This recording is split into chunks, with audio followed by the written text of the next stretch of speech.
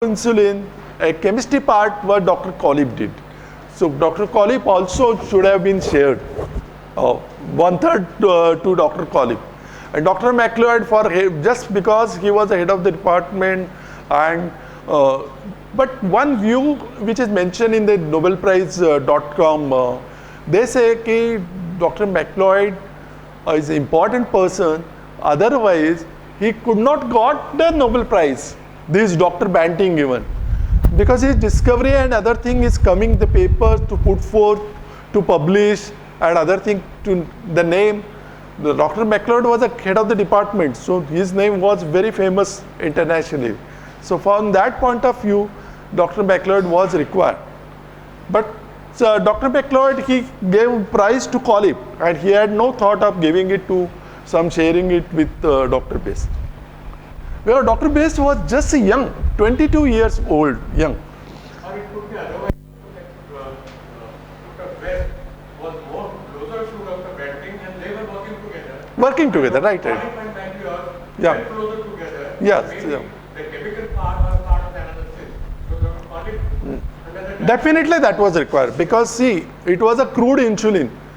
It is wrong to call it insulin because there was other hormones must have been there. So to purification part, it is definitely required somebody. So Dr. Colip has done a great job. And yeah, that's it. Separation glucagon is required. Yeah, correct. Colip is achievement definitely. The interesting part is Colip purification of insulin. During the discovery, they have written that Colip had not written down the process how he has purified. So he had forgotten what is the process. And that time there was a scarcity of insulin.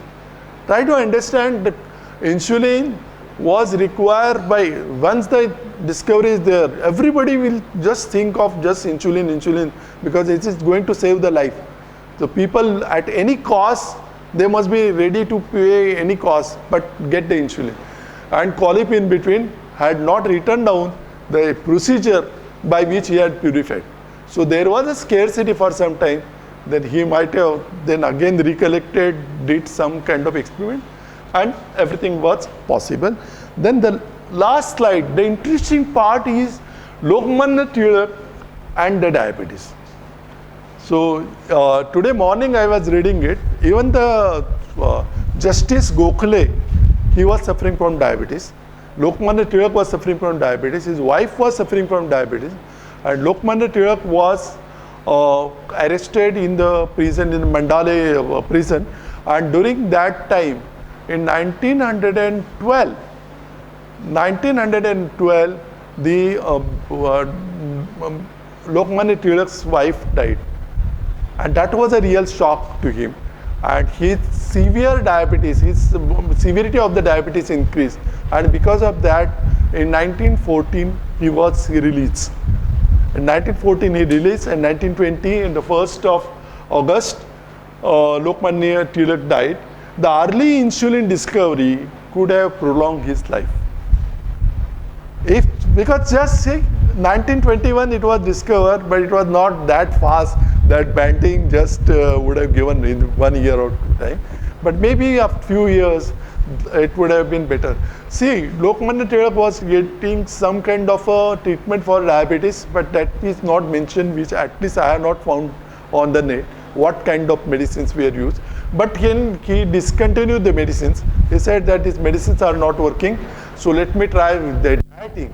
And dieting means he stopped eating rice, he stopped eating wheat, and then he only started eating the barley's puri, and he made a puris out of barley with ghee and coconut. Of course, now you know that coconut is not good, ghee is not good, barley is the only part which was really good. But that was in 1921. So, okay, thank you. Thank you.